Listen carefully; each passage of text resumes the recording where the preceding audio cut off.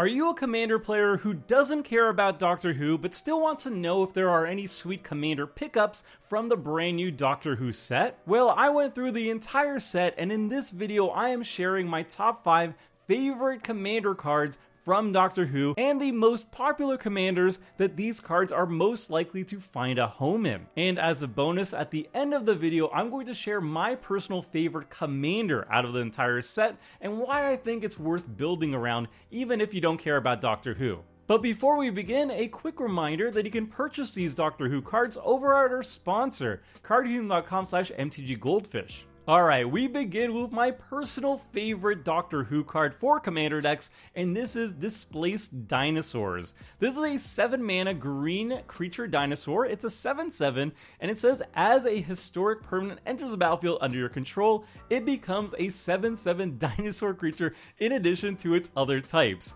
And artifacts, legendaries, and sagas are historic.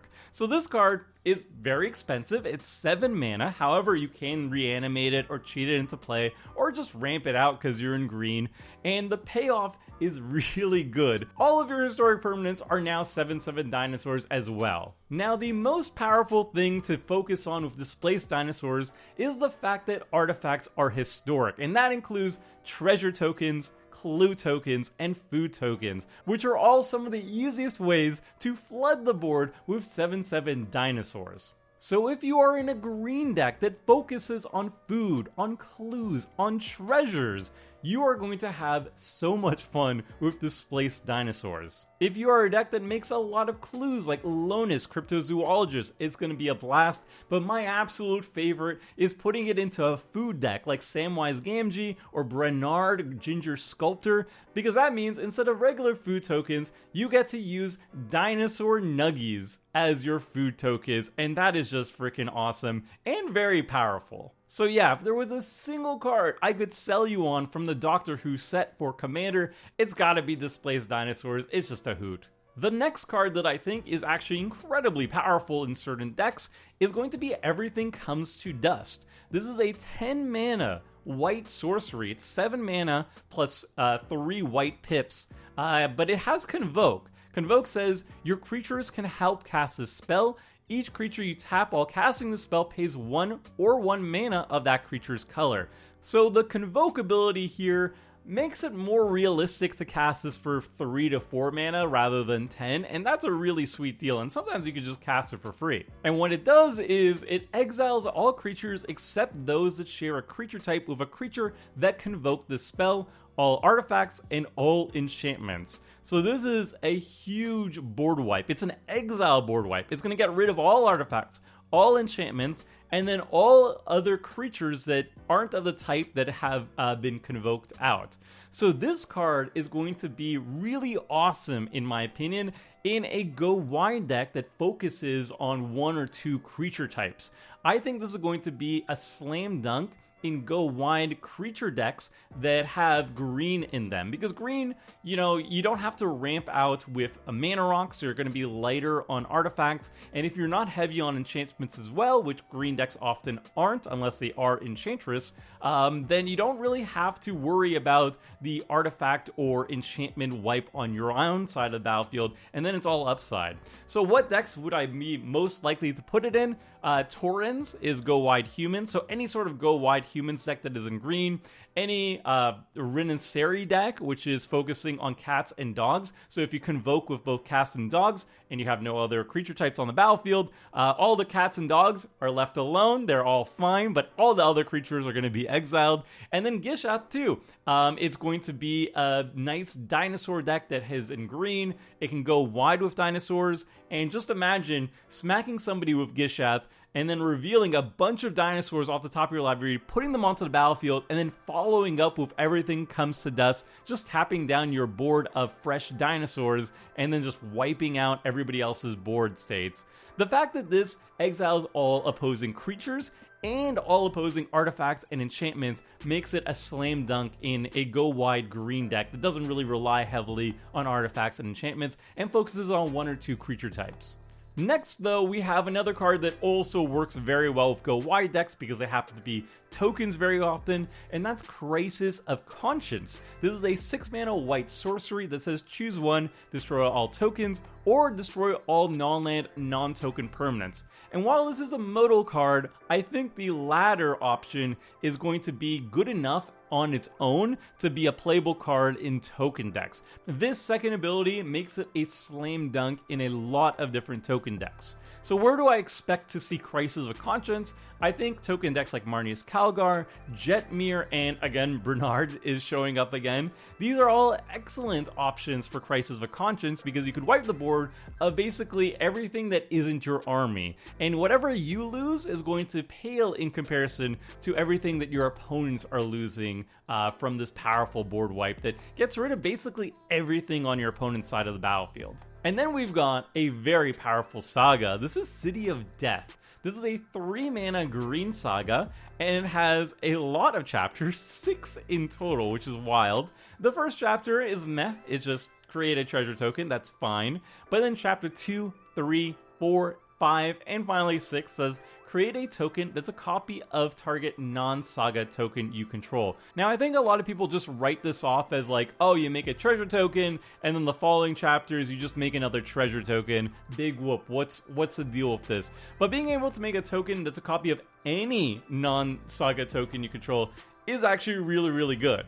It's going to be super powerful in any token deck that makes really powerful tokens. So for example, enchantresses that focus on tokens like a Nykthia and Yenna are going to have a field day with City of Death because you're going to make really powerful tokens of enchantments that you control, and then City of Death allows you to copy them again and again and again super mana efficiently, and the fact that it's an enchantment itself even works even better with these enchantresses. And it also works really well in a populate deck like Gyred. You're going to make a giant creature token, you're going to populate them with Gyred, and then City of Death basically allows you to populate once, twice, 3 times, 4 times, 5 times for 3 mana over 6 turns. So that is going to be amazing value. So I really like City of Death. I think this card is going to see a lot of play, or should see a lot of play in a lot of green decks that focus on big tokens. Now the last card that I highly recommend in the 99 of very specific decks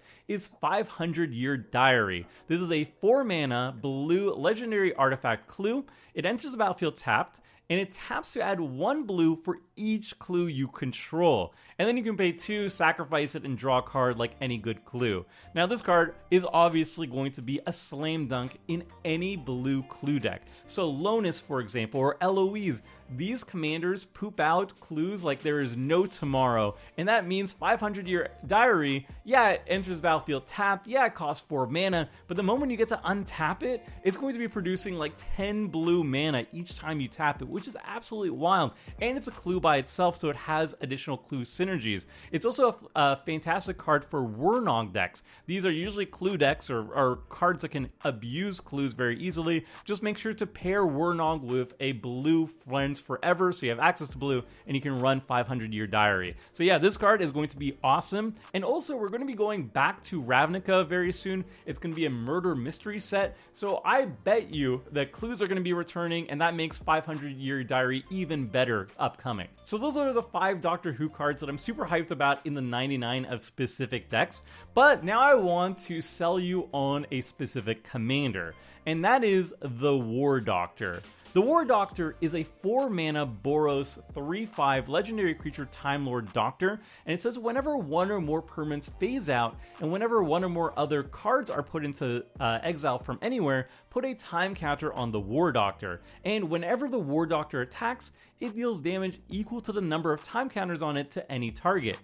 If a creature dealt damage this way would die this turn, exile it instead. So this here is my favorite commander from the entire set, and one that I'm very tempted to build and add to my paper collection. It basically rewards you for exiling and phasing out stuff, which are 2 staples in red and white.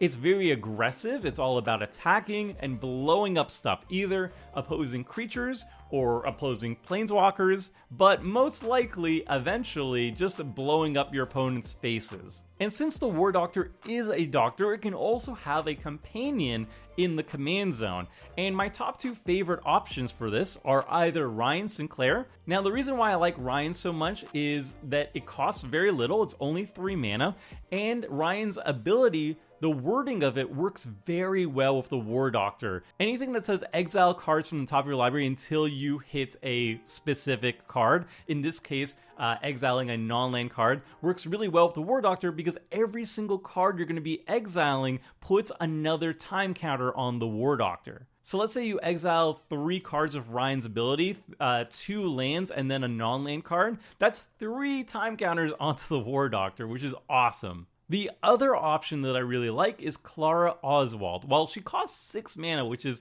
double as much as Ryan, and she doesn't put time counters on the War Doctor by herself. She does double the triggers on the War Doctor, so she doubles the number of time counters you would put on the War Doctor and doubles the amount of damage, well, double the attack trigger on the War Doctor, making double the damage as well. And it also allows you to play an additional color in your deck as well, so it doesn't have to be Boros. You can have like green or black or blue, whatever you want, to the War Doctor to make it even more powerful in terms of card options. So those are my top 2 partners, and other really cool cards in the 99 that make the War Doctor really, really powerful are Wand of Wonder and Plarg and Asari, which are 2 ways to repeatedly just exile cards from the top of everybody's library or your opponent's libraries until you hit a specific card, and each card that you're going to be exiling this way puts a ton of counters on the War Doctor, so you can easily be in one-shot territory. You could put like 20 or so counters on the War Doctor over like 2 turns, and then just start doming people for 20 each time you're attacking. It's very nutty. It also works well with like any exile effects, so like Rest in Peace is super sweet with the War Doctor. Every single time somebody cracks a fetch and exile the cards, instead of putting it into the graveyard, you're just going to put another time counter on the War Doctor. Anything dies is going to just feed the War Doctor, so that's going to be super sweet. So even if you don't care about Doctor Who, just like me, I don't really care about Doctor Who, I think the War Doctor is going to be super fun. So if you like aggressive Boros decks that just smash face and deal a lot of damage, I think the War Doctor is going to be a really fun one to build around. So those are my top Doctor Who cards for Commander players who don't really care about Doctor Who. Let me know in the comment section below what your favorite cards are from the Doctor Who set and what decks you're putting them into. I'm going to be back soon with a Doctor Who tier listing all the Doctors for people who are interested in running some brand new Commanders. So until then, friends, see ya!